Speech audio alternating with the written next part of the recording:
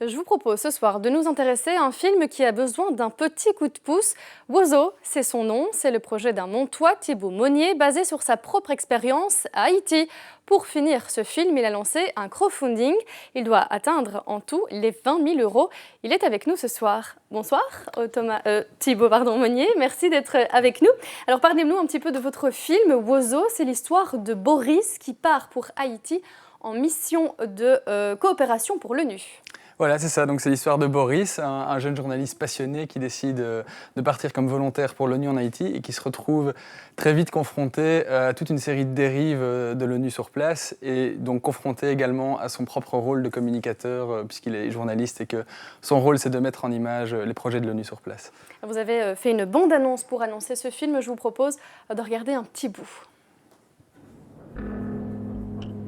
Je sais plus très bien comment j'ai appris l'existence du programme des volontaires de l'ONU. Sûrement par des amis qui bossaient dans le métier. Moi, je voulais donner un sens à ma vie. Être volontaire, c'est contribuer à la paix et au développement. Pourquoi pas moi ? Bah tu vas trouver quelque chose qui te plaît. Maman, je viens de recevoir le mail, là, je pars en Haïti. Pour l'ONU, j'ai le job pour l'ONU. À Tahiti ? C'est super.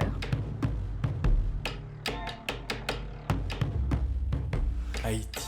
Ce film, on le voit, c'est avec vous, mais c'est surtout votre histoire que vous racontez dans ce film. Alors ce n'est pas une autobiographie, mais c'est très inspiré effectivement de ma propre expérience. J'ai travaillé 2 ans pour l'ONU en Haïti.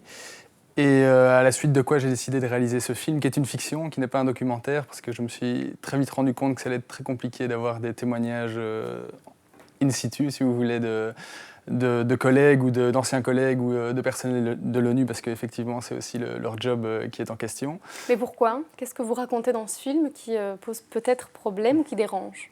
Bon, en fait, je raconte rien qui n'est déjà connu, mais qui dérange probablement un petit peu, parce qu'il y a eu pas mal de problèmes avec la mission de maintien de la paix en Haïti, notamment des viols de casques bleus sur la population locale, et aussi une épidémie de choléra qui a été qui a été provoquée par des casques bleus népalais en 2011, un peu après le tremblement de terre. Ça a été prouvé par des épidémiologistes du monde entier.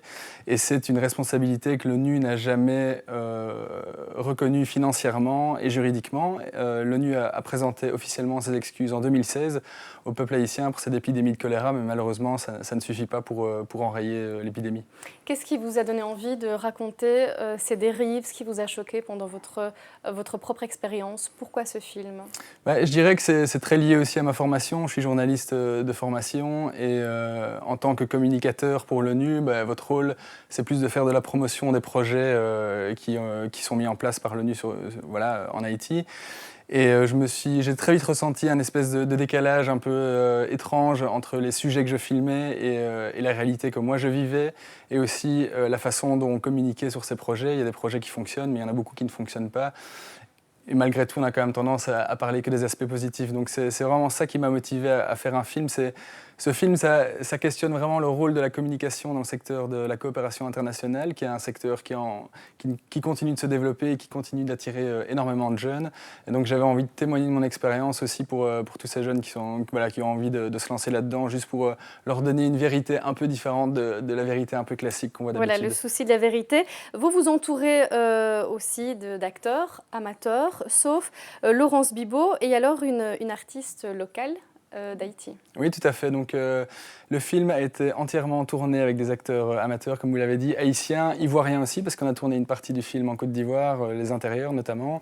Là, on voit à l'écran Princesse Eudes, qui est une star du hip-hop dans la Caraïbe, et qui a accepté de se prêter au jeu, gentiment. Il y a aussi Laurence Bibot, que vous avez cité avant. Humoriste belge qu'on ne présente plus. Voilà, qu'on ne présente plus. Ce film, il est terminé, mais vous avez encore besoin d'un coup de pouce, quelques milliers d'euros pour vraiment le terminer, le fignoler. Et donc, vous avez décidé de lancer un crowdfunding. On en est où, là, aujourd'hui ? Alors, on en est à peu près à plus de 170 contributeurs. Donc, le crowdfunding est lancé depuis 3 semaines environ. On a 12 000 € récoltés. On a récolté 10 000 € en une semaine, ce qui est un grand succès, honnêtement. Après, l'objectif final, c'est d'atteindre les 20 000 €, ce qui serait super. Évidemment, faire un film, ça coûte beaucoup d'argent, donc ce n'est pas avec les 20 000 € qu'on pourra complètement finaliser le film, mais ça nous permettrait vraiment d'attaquer la post-production, en tous les cas. Et donc l'adresse, on peut la voir en ce moment à l'écran, c'est www.fr.ulule.com/wozomovie. On peut participer jusqu'à quand, si on veut vous aider? Oui, alors vous pouvez participer jusqu'à fin juillet. La campagne se clôturera à ce moment-là, donc voilà, tout le monde est le bienvenu. Et on pourra voir ce film où, une fois qu'il sera terminé? Alors ça, j'aimerais beaucoup vous répondre. Dans un premier temps, vous pourrez le voir à la télé, en France, en Suisse et en Belgique pour sûr, puisque TV5 Monde a préacheté les droits de diffusion. Donc TV5 nous soutient aussi, mais effectivement pas suffisamment pour qu'on puisse finir le film. C'est pour ça qu'on a lancé cette campagne. Et puis après, j'espère pourquoi pas à Mons au Plaza quand il sera rénové. Là, en tout cas, l'invitation est lancée. Un grand merci d'avoir été avec nous ce soir pour parler de ce projet qui, on attend avec impatience qu'il aboutisse. Merci beaucoup.